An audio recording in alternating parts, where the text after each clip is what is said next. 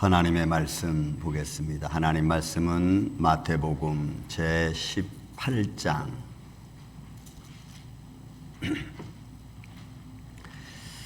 마태복음 제18장 21절에서 35절에 이르는 말씀이 긴 거로 같이 교독을 하겠습니다. 마태복음 18장 21절에서 35절입니다. 그때에 베드로가 나와 이르되 주여, 형제가 내게 죄를 범하면 몇 번이나 용서하여 주리까? 7번까지 하오리까?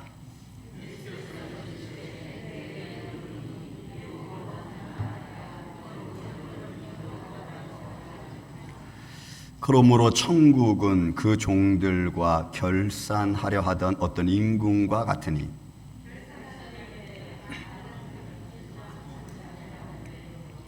갚을 것이 없는지라 주인이 명하여 그 몸과 아내와 자식들과 모든 소유를 다 팔아 갚게 하라 하니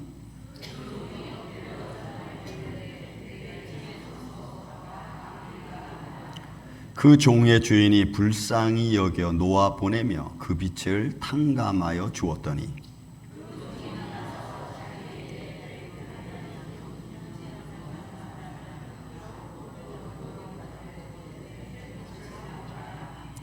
그 동료가 엎드려 간구하여 이르되 나에게 참아 주소서 갚으리이다 하되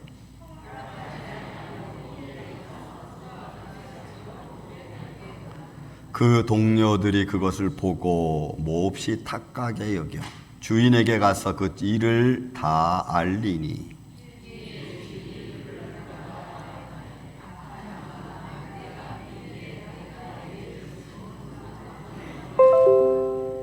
내가 너를 불쌍히 여김과 같이 너도 내 동료를 불쌍히 여김이 마땅하지 아니하냐 하고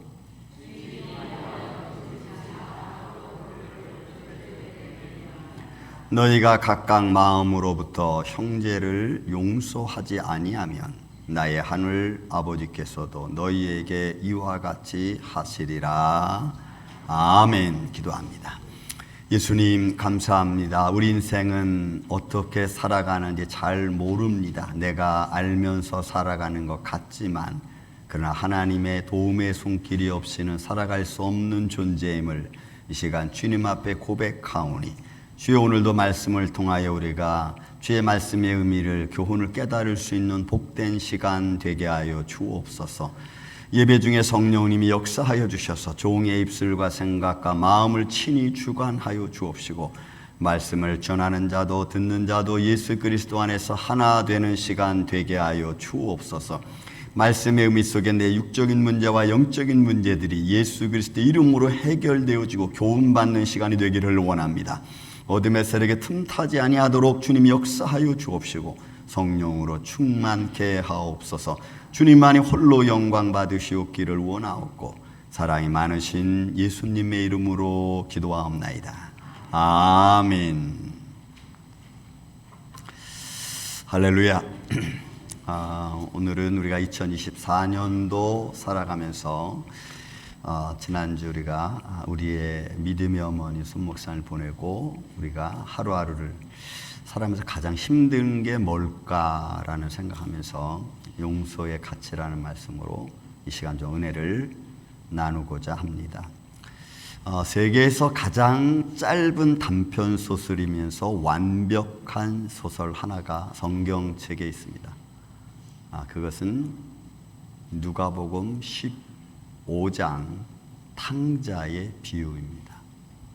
탕자의 비유는 단편 소설처럼 아주 완벽한 구성을 가지고 우리에게 들려주죠.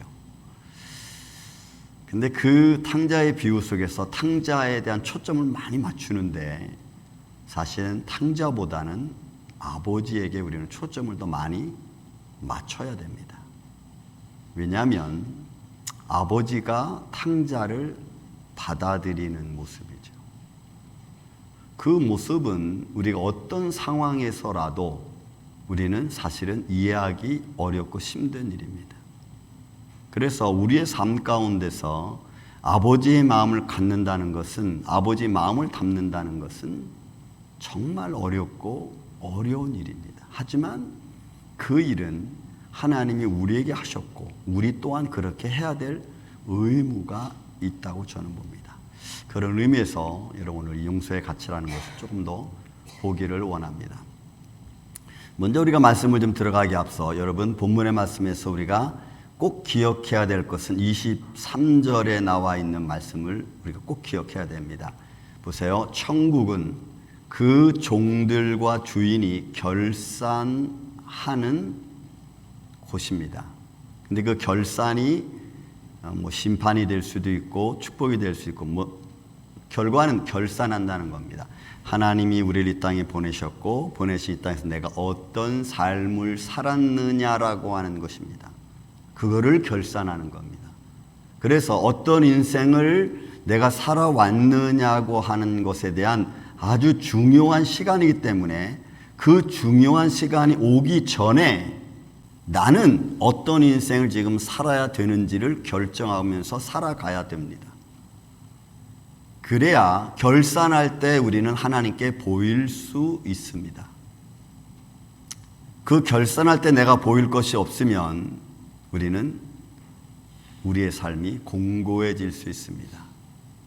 그래서 우리는 살면서 나는 어떤 사람인가를 종종 생각하며 하나님의 사람으로, 믿음의 사람으로, 그리스도인으로서의 삶의 모습을 좀 봐야 됩니다. 조금 더 들어가면 과연 나 같은 사람도 용서받을 수 있는 사람인가? 아니면 나 같은 사람은 용서받을 수 없는 사람인가? 여러분 스스로를 어떻게 바라보십니까? 용서받을 수 있는 삶이라고 저를 봅니까? 아니면 용서할 수 없는 죄인이라고 바라보십니까? 요한 1서 2장의 말씀 보면은 이 세상의 모든 것이 육신의 정욕, 안목의 정욕, 이생의 자랑이라 그랬어요. 이런 것들은 다 세상으로부터 왔다고 했습니다. 안목의 정욕, 육신의 정욕, 이생의 자랑, 세상으로부터 왔다는 거예요. 하나님으로부터 오지 않았다는 거죠. 그렇다면 그 육신의 정욕은 뭘까? 제가 좀 어느 정도 보면은 육신이 요구하는 것 전부입니다. 여러분, 육신은 피지컬적인 것부터 시작해서 육신의 몸에 갇혀있는 영적인 것까지 포함되어져 있어요. 그러니까 생물학적인 것과 더불어서 내 죄로 물든 본성까지를 다 포함합니다. 그러니까 생물학적으로 요구되는 죄의 본성으로 말미암아 이미 하나님 의에서 떨어져 나간 생물학적인 욕구도 여기에 다 포함되어져 있는 거예요. 이게 육신의 요구입니다. 거기에 욕망과 욕심이 끊이지 않죠. 우린 그걸 향해서 그 죄로 물들어버린 내 육신적인 것, 본성적인 것을 이루기 위해서, 아니 그걸 추구하기 위해서 놀라운 것은 하나님의 영적인 것을 우리는 버린다는 거예요. 너무 쉽게 생각하는 거죠. 보이는 것 때문에 너무 쉽게 보이지 않는 하나님의 영원한 것을 쉽게 놓고 만다는 거예요. 예를 들면 자기 이익을 위해서 여러분 우리는 얼마든지 우리는 배신을 할 수 있습니다. 내 이익을 위해서는, 내가 유익하다고 하면은 그 유익한 걸 위해서는 하나님 것은 별것 아니에요. 하나님 건 보이지 않는 것이기 때문에 보이는 게 먼저고 또 보이는 걸 그렇게 향하는 것이 마치 하나님께 하는 거라고 우리는 생각하죠. 그건 하나님 것과 내 것을 우리는 잘못 착각해서 그래요. 우리의 삶 속에 이런 생각을 먼저, 보이는 것을 먼저 알아보기 때문에, 육신의 욕구를 먼저 생각하기 때문에 여러분 그런 것들은 배신, 내 유익을 쫓아 행하는 것, 그건 누구도 말하지 않습니다. 왜? 오늘날의 세상은 이미 다 그렇게 되어져 있기 때문에 그래요. 다른 사람의 선함을 내가 이용합니다. 여러분, 이 1997년도 한국의 IMF 터지면서 제일 속상했던 사람들이 누구냐면 보증상 해준 사람들입니다. 그리고 또 한 사람은 뭔가 의욕을 갖고 막 추구하려고 했던 그런 마음을 가졌던 사람들이 다 무너져 내렸어요. 선을 베풀고 또 마음을 놓아주고 풀어주고 받아주고 했던 그 모든 것들이 내 유익을 위해서는 다 필요 없는 것처럼 느껴지면은, 그렇게 행동해버리면, 그러면 거기는 세상이 그렇게 흘러가기 때문에 거기는 아무도 말하지 않아요. 그냥 그렇게 가는 겁니다. 여러분, 우리는 우리 욕심을 위해서라면 살인도 우리는 마다하지 않습니다. 여러분, 살인은 꼭 사람을 죽여야 여러분 살인이라고 생각하지 마세요. 그 사람에게 씻을 수 없는 상처를 주고 그것이 그 사람의 어떤 인생관을 바꾸게 만든다면 그것만큼 무서운 게 없어요. 근데 우리는 그런 것들은 살인이라고 생각하지 않는다는 거죠. 누가복음에 보면은 라가라라고 말하는 사람도 살인하는 자라고 했으니까 미워하는 자도 살인이라 그랬거든. 그러니까 육신의 정욕과 그 안에 담겨져 있는 내 본능적이고 육신적이고 피지컬적인 것, 그리고 내 본성, 죄로 물든 내 본성을 향하여 달려가는 것, 여러분, 이런 것들은 보이지 않는 하나님의 영광 앞에 보이는 내 육신이 얼마나 보잘 것 없음에도 불구하고 우리는 그것을 추구하며 살아갑니다. 그게 영원한 것처럼.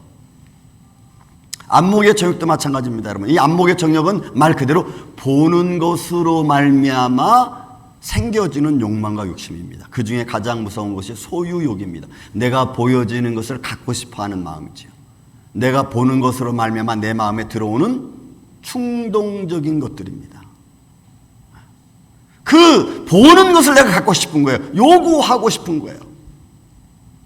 그러니 그 보는 것을 갖고 싶어하는 마음 때문에 수만 가지 일들을 벌리고 또 사람을 속이기도 하고 또는 그것을 위해서 여러분 살인도 할 수 있다는 거예요.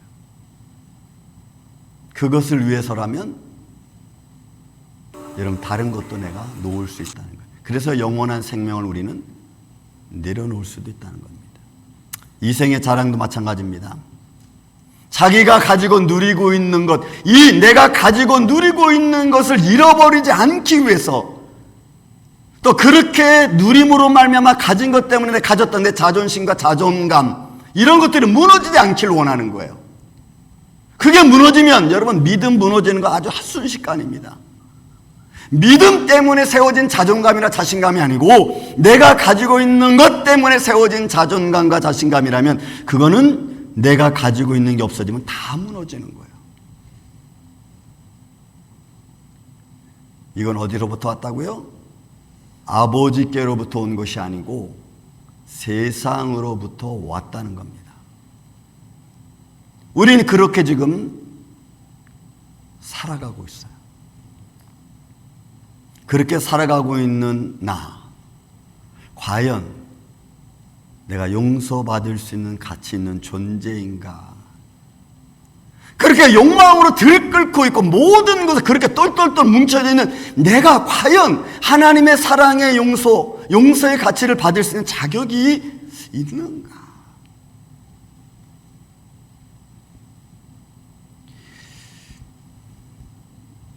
여러분 오늘 본문 말씀 보면은 1만 달란트 빚진 자에 대한 이야기가 나오고 100데나리온 빚진 자에 대한 이야기가 나옵니다. 그러니까 한 사람이 여러분 동시 양쪽 답니다. 한 사람이 이쪽 사람에게는 1만 달란트를 빚을 졌고 또 이 사람은 다른 사람에게 100데나리온을 빌려주는 사람이에요. 그러니까 요 사람은. 그러면 이 사람이 위치가 이제 본문에 나와 있는 말씀이 되는 겁니다. 결론적으로 얘기하면은 내가 받는 용서의 가치는 영원히 갚을 수 없는 것이라는 거예요. 그런데 내가 영원히 갚을 수 없는 것을 탕감받았다는 거죠. 그렇다면 너는 다른 사람에게 내가 빌려줘서 그 빚진 사람은 내가 탕감받은 것에 비하면 아무것도 아니라는 거예요. 아무것도 아니래요. 그거 해줄 수 있느냐라는 거죠. 그거 해줄 수 있느냐? 제가 좀 이렇게 찾아봤습니다. 1만 달란트 의미는 구약적인 의미에서는 이 한 달란트가 보통 한 34kg, 뭐 33kg 얼마 뭐 이렇게 나가요. 한 달란트가. 근데 이 한 달란트의 가치는 장정이 20년에 받을 수, 일해서 받을 수 있는 품삯의 가치입니다. 구약적인 의미로 보면 엄청나게 큰 거죠. 20년을 일해야 한 달란트를 만들 수 있는 정도의 가치를 가지고 있어요. 요걸 신학적으로 풀면은, 신학적에서 한 달란트는 6천 데나리온입니다. 그런데 이 데나리온의 가치는, 한 데나리온은 하루 노동자의 품삯입니다. 그러면 한 달란트가 6천 데나리오니까 하루 품삯으로 일하는 사람들이 6천 일을 일해야 여러분 한 달란트를 만드는 거라죠. 요걸 좀 더 계산해 봤어요. 제가 1만 달란트는 그러면 얼마냐? 6천만 데나리온입니다. 6천만 데나리온. 그죠? 제가 혹시 계산이 틀렸는지 모르겠어요. 요거를 날로 계산하고 년으로 계산하니까 16만 4,383년이 걸려야 1만 달란트를 만들 수 있어요. 가능합니까? 이거는 갚을 수 없는 은혜요, 갚을 수 없는 가치입니다. 내 평생을 들여서 해도 이건 불가능한 거예요. 그냥 그 불가능한 갚을 수 없는 은혜를 주인이 내게 준 거예요. 그는 하나님의 구원과 은혜요, 하나님의 영원한 생명에 대한 거죠. 주인으로부터 내가 받은 겁니다. 7번의 의미도 마찬가지입니다. 베드로가 예수님께 보통 구약에서는 의인 두세 사람, 그리고 두세 번의 용서로 끝납니다. 그런데 여기서 베드로는 그보다 더 훨씬 많게 7번이라는 말을 써서 표현을 한 거예요. 그러니까 베드로가 대단한 마음을 쓴 겁니다. 그런데 예수님의 말씀은 그런 대단하게 표현한 베드로의 말보다도 77번이 아니고 7번씩 70번이라도 해라는 거죠. 그들이 7번의 의미는 이런 의미가 있어요. 최고의 마지막 수입니다. 한계의 수입니다. 그 이상은 없어요. 완전 수입니다. 모든 걸 끊고 마지막 새롭게 시작할 수 있는 수의 위치가 7이라는 숫자예요.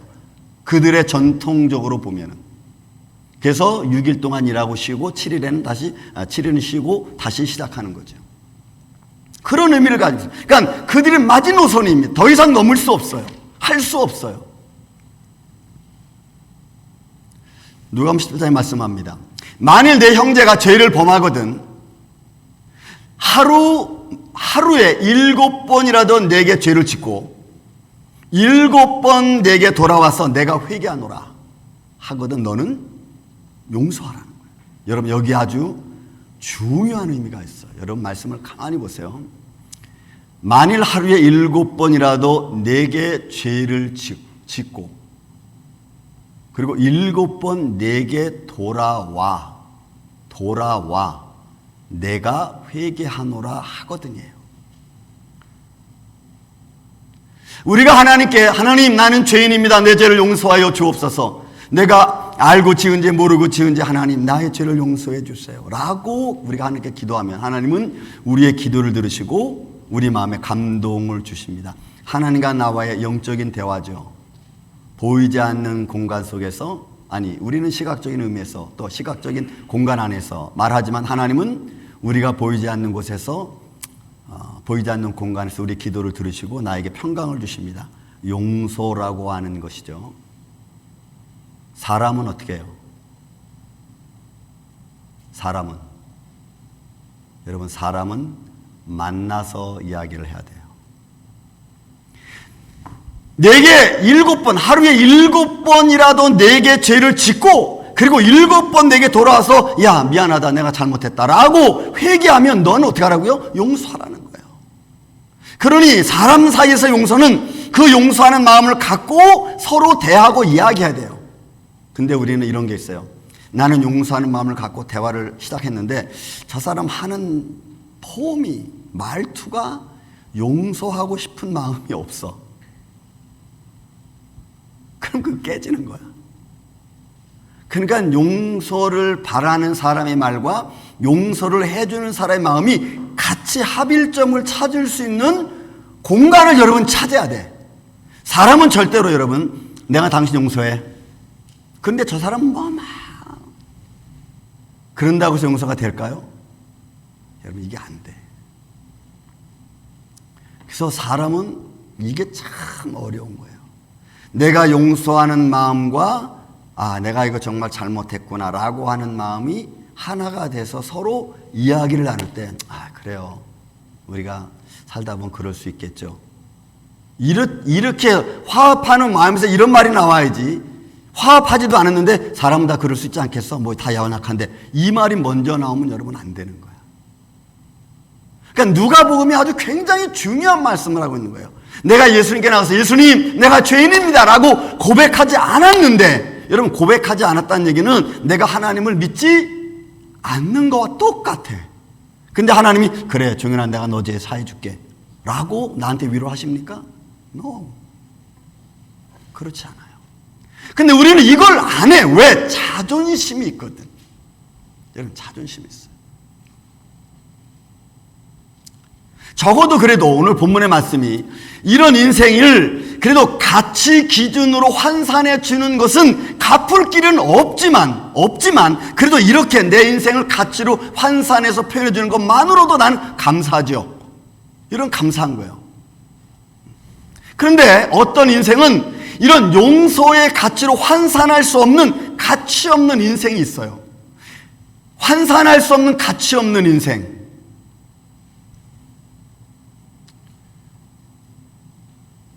범죄의 인생.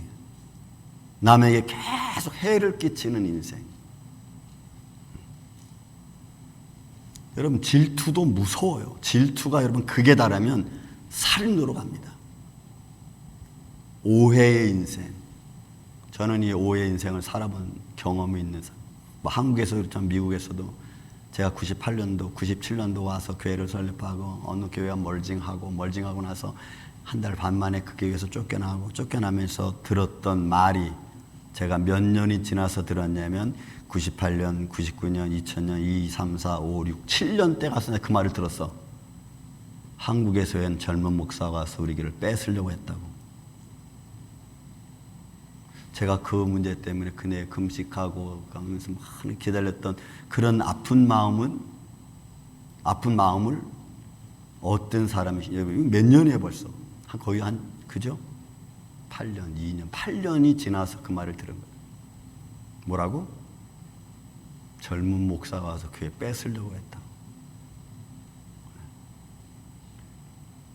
그래서 그때 제가 그 말을 해줬더니 그랬었어요? 이렇게 그랬었어요?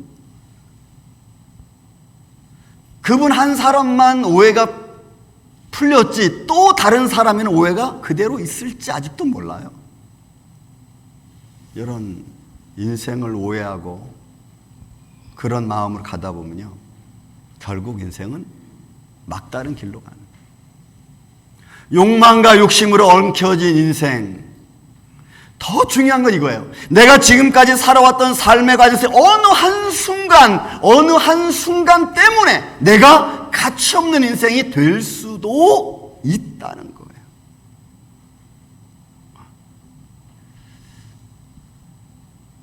우리는 그냥 저런 인생이 왜 살까 뭐 이러잖아요. 왜 인생을 저렇게 살까? 한순간에 우리는 죽일 놈이 될 수도 있어요. 나는 어떤 인생을 살고 있는가? 또 어떤 가치를 가지고 내가 지금 살고 있는가? 하나님이 나에게 베풀어 주신 용서의 은혜를 가지고 나는 얼마만큼 다른 사람을 용서하면서 살아가고 있는가?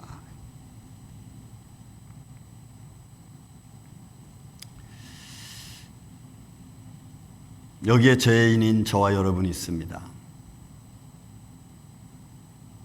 하나님으로부터 받은 용서의 은혜, 가치는 얼마나 될까요? 저는 제 자신을 종종 이렇게 바라봅니다. 나는 어떤 사람이었지? 어떤 마음을 가지고 내가 살아가고 있지? 내 삶은 어떻지? 제 자신에게 돌아보면 어떨 때는 마음으로 살인하는 일이 얼마나 많은지 몰라. 마음으로, 생각으로. 근데 그 생각을 내가 이러면 안 되지, 이러면 안 되지. 하지만 그렇게 생각한 내용들이요, 나도 모르게 내 안에 어느 쪽인지 모르지만 분노로 쌓여지는 걸 내가 느낀 적 있어요. 분노로.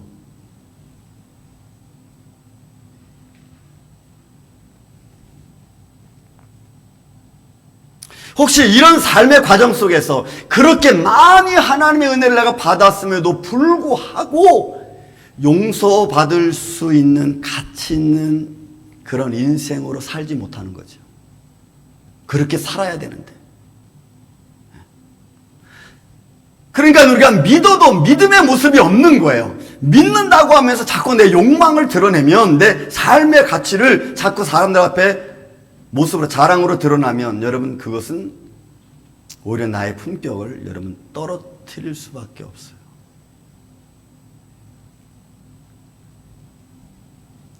이런 갚을 수 없는 하나님의 은혜를 내가 받았다면 이제 우리는 좀 생각을 한 번은 해봐야 됩니다. 나 같은 존재, 여러분 누구도 세상에 나가면 나 인정해주는 사람 없어요. 여러분들은 세상에 나가면 인정받습니까? 사람들은 오케이 좋습니다, 괜찮습니다, 좋아요 라고 말할 수 있는지 모르겠죠. 그러나 속으로는 야 집어쳐. 저는 그런 일도 당해봤습니다. 앞에서는 좋습니다. 뒤로 이렇게 나올 때 보면요, 안 봤으면 괜찮은데 보고 나면 마음이 얼마나 아픈지 몰라.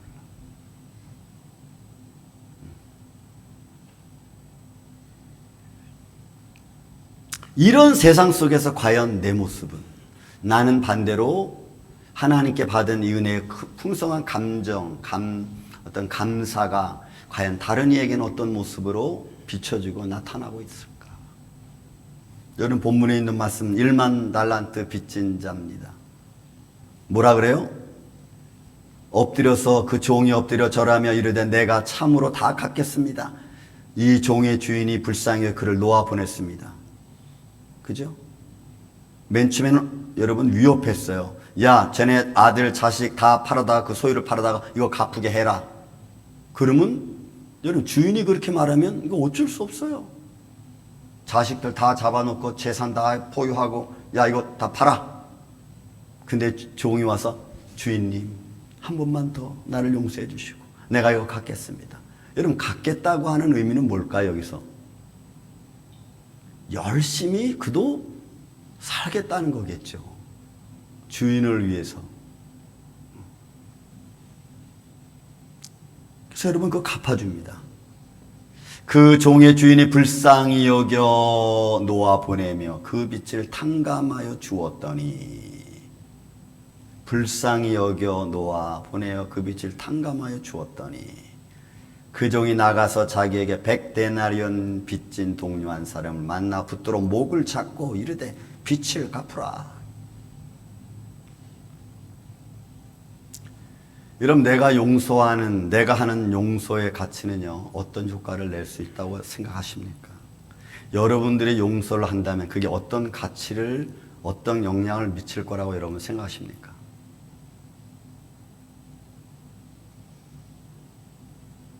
이거는 그 사람을 살릴 수도 있고 그 사람을 죽일 수도 있습니다. 여러분들의 용서 때문에 사람이 살 수도 있고 사람이 죽을 수도 있어요.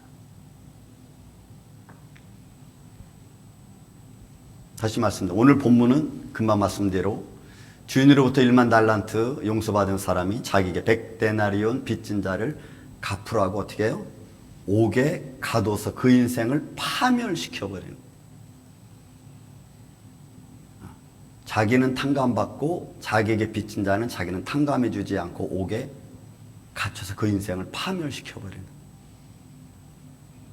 자신이 받은 너무나도 큰 은혜에 대한 이런 그 가치를 생각하지 못하는, 그 의미를 생각하지 못하는 거예요. 그런 은혜를 생각하지 않고 자기에게 아주 작은 정말 보잘것 아주 작은 것을 가지고 오히려 다가가서 위협하고 핍박하고 그 인생을 살지 못하도록 그냥 가둬버리는, 그 인생의 틀에 갈아버리는, 그 사람이 잘못한 틀에 갇혀버리는, 가두어버리는 거예요, 여러분. 이게 누가 아니야? 우리가 하고 있다는 거예요. 그 사람이 잘못한 그 사람의 인생의 틀을 거기다 그냥 내가 가둬버리는 거예요. 이게 내가 용서하지 않는 모습입니다. 그러면 그 틀에 갇혀버린, 내가 가두어놓은 그 사람의 인생 틀에 그 사람이 거기서 나올 수 있을까요? 평생 못 나와요. 왜? 내가 용서해 주지 않아 평생 못 나와요. 여러분, 이렇게 이게 무서운 겁니다. 그래서 용서의 가치하고 용서의 힘이 우리가 얼마나 큰지 몰라. 그것이 어떤 인생을 바꾸는지, 그 인생을 어떻게 바꾸어 가는지 우리는 모른 채 우리는 살아가요. 그 인생을 바꾸려면요, 내 인생이 바뀌든지 그 사람 인생이 바뀌든지 둘 중에 하나 인생이 바뀌려면 거기에는 뭐가 있어야 되느냐? 용서라는 게 있어야 돼요. 용서라는 게. 하나님이 내 인생을 바꿔갑니다. 그냥 아무렇게나? 아니요. 회개시킵니다. 하나님과 나와의 만남을 통해서, 성령의 감동을 통해서 믿음의 고백을 하고, 그 믿음의 고백 속에서 하나님이 그래, 알았다. 여러분, 용서가 없는 삶은 얼마나 힘들고 어렵고 아픈지 몰라요. 더 중요한 것은 마음의 정서가 파괴된 채 살아간다는 거예요. 용서받지 못한 사람도 그렇고 용서하지 못한 사람도 그래요. 다 파괴되는 거예요. 정서가, 마음의 정서가. 에이, 뭐 그렇게 살아라 그래. 그러면 거기서 끝나는 게 이게 아닙니다. 계속 영향을 계속 내 삶에 미쳐요. 그러니 그 삶의 모습을 바꿀 수 있는 유일한 방법은 다른 것 없어요. 내 인생과 내 생각, 내 삶의 틀, 이건 바꾼다는 게 어렵죠. 내가 인생 평생 6, 70을 살아왔고 지금 살아가고 있는 과정 속에서 인생의 틀을 바꾼다, 생각의 틀을 바꾼다. 여러분, 이거는 뼈를 깎는 것만큼 힘들어요. 하지만 그렇게 하지만 바뀌지 않아요. 믿음 생활도 여러분 똑같습니다. 여러분, 믿음 생활하기가 쉽습니까? 믿음 생활 좀 힘들게 하다가 이제 내가 열심히 해야지 그러면 그렇게 열심히 하라고 그냥 내버려 둡니까? 사단이 그렇게 내버려 둘까요? 우리를 시험하는 자 그들은 내버려 둘까요? No! 절대로 우리를 시험하는 자들은요, 내가 편안히 믿음 생활 할 수 있도록 내버려 두지 않아요. 그건 우리는 그걸 이겨야 됩니다. 그 이기는 게 쉽냐? 그거 쉽지 않아요. 근데 우리는 이겨가야 됩니다. 왜? 생명이 저기에 있으니까, 영원한 생명이 있으니까, 그 생명을 우리는 아니까 여러분 가는 거예요. 그뿐만이 아닙니다, 여러분. 우리는 어떨 때는 용서해야 된다는 걸 압니다. 알면서도 안 해요. 왜? 자존심 때문에 안 해요. 그래도 내가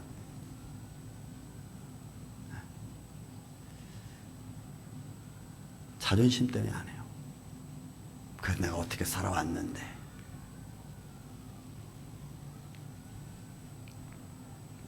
그러니까 이런 자존심 때문에 용서를 안 하고 살아가다 보면요, 그게 세월이 흘러 1년, 2년, 5년, 10년이 지나갑니다. 놀라운 건 뭐냐면 시간이 흐르면 흐를수록, 많은 시간이 많은 세월이 지나가면 지나갈수록 용서한다는 말의 힘, 능력은 점점 없어집니다. 없어져요. 그리고 그런 말들이 이제는 어설프게 들립니다. 뭐 지나간 일인데 뭐. 여러분, 우리 인생은 제가 언젠가 말씀드렸지만 지금 여기서 문제가 생긴 것을 10년 지나간다고 해결될 게 절대로 아니에요. 10년 후에 만나잖아요. 그럼 다시 이 자리로 와야 돼요. 그리고 이 자리에 와서 예스, 노를 해야 돼요.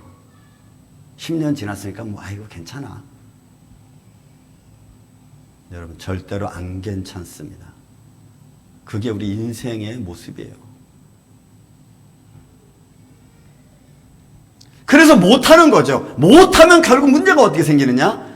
가족 간에 문제 생기고 이웃 간에 문제 생기고, 그러면서 우리는 떳떳하게 문제 생긴 것을 그냥 다 저 밑에 감춰놓고 아무것도 없는 것처럼, 나는 그리스도인이야, 난 믿음의 사람이야, 난 교회 잘 다녀. 누가 알아요? 누가 알아요? 누가 알아요? 하나님이 알고, 내가 알고, 나를 아는 사람이 알아. 적어도 3사람은 알아요.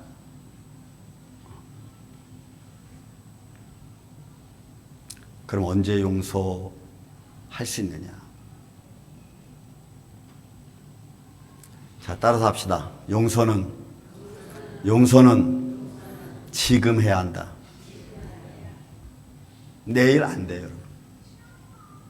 내일이라면 벌써 오늘과 내일의 시간의 차 때문에 감정의 변화가 어떻게 생길지 몰라. 미안합니다. 자, 우리 앞에 좌우에 계신 분들한테 우리 얘기합시다. 미안합니다. 죄송합니다.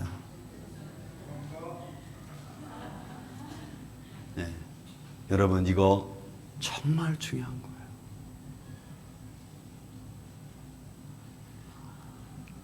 이런 믿음이 없으면 그 효력은 다 떨어집니다.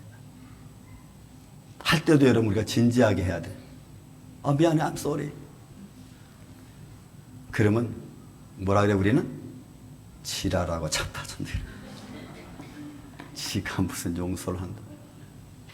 진지하게, 정말 미안하게. 여러분, 우리가 하나님 앞에 죄를 고백합니다. 하나님, 하나님, I'm sorry. 아시죠, 하나님? 하나님 뭐라 그랬어요? 이 자식이, 네가 나를 뭘로 보니? 그죠? 그래서 눈물 콧물이 나잖아요. 우리가 우리의 죄를 고백할 때 성령의 감동, 눈물 콧물이 나잖아. 절대로 여러분, 우리 인생은 그냥 되는 게 없어요. 더군다나 오늘날같이 예민한 시대 속에는 더하죠. 그걸 알고 그걸 믿고 인정받으면요, 그러면 그때는 괜찮아요. 여러분, 괜찮아요. 우리 다시 한번 우리 앞뒤 좌우에 계신 분들하고 얘기합시다. 미안합니다. 나 볼지 말고 좌우에 계신 분들하고 하라고요. 나 죄송합니다. 하나 더 할까요? 제가 인생 잘못 살았습니다.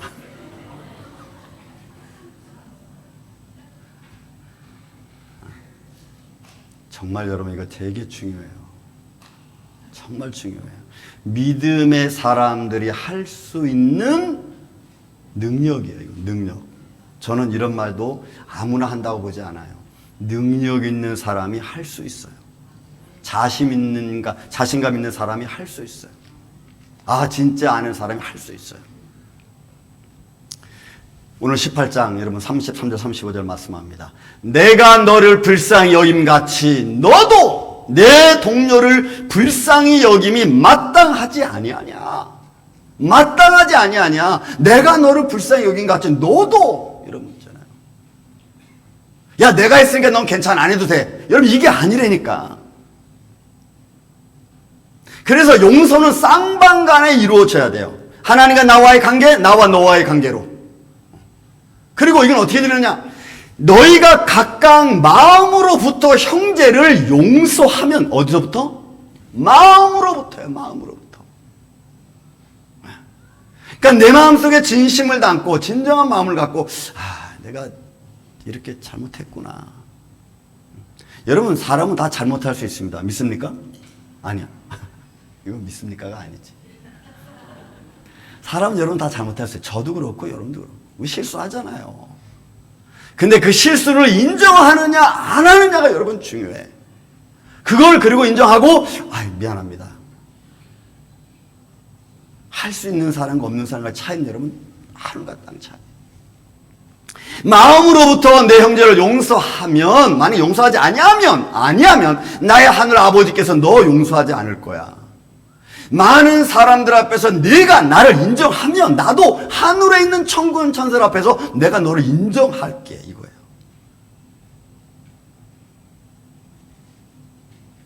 그런 여러분, 우리가 믿음을 가졌다? 신앙생활한다? 여러분, 교회만 왔다 갔다 한다고 저는 신앙생활 한다고 보지 않습니다. 여러분, 죄송한 말씀이지만 오늘 저와 여러분 이렇게 만났습니다. 다음 주에 또 만날 수 있을까요? 목사님, 다음 주에 어디 가야 되는데. 그게 아니고 만날 수 있을까요? 여러분, 손봉님 목사님이 지난주에 돌아가셨어요. 1주밖에 안 됐어요. 어? 이제 2주 됐나? 어느 날 갑자기 아침에 아무 예고도 없이 우리 인생이 매일 같을 수 있을까요?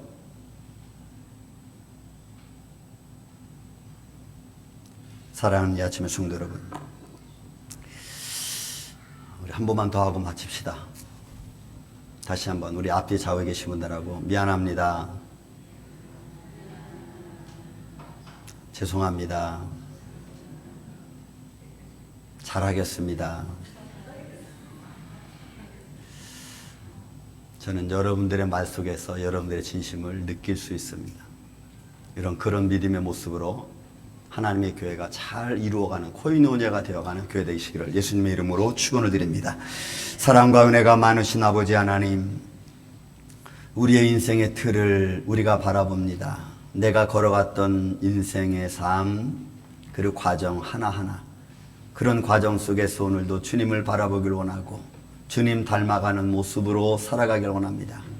사랑 가정에서 또는 사회에서 우리가 용서하는 삶을 통하여 다른 인생들을 살려갈 수 있는 축복된 삶 되게 하여 주옵소서. 여기까지 인도해 주심을 감사드리오며 예수님 이름으로 기도하옵나이다. 아멘.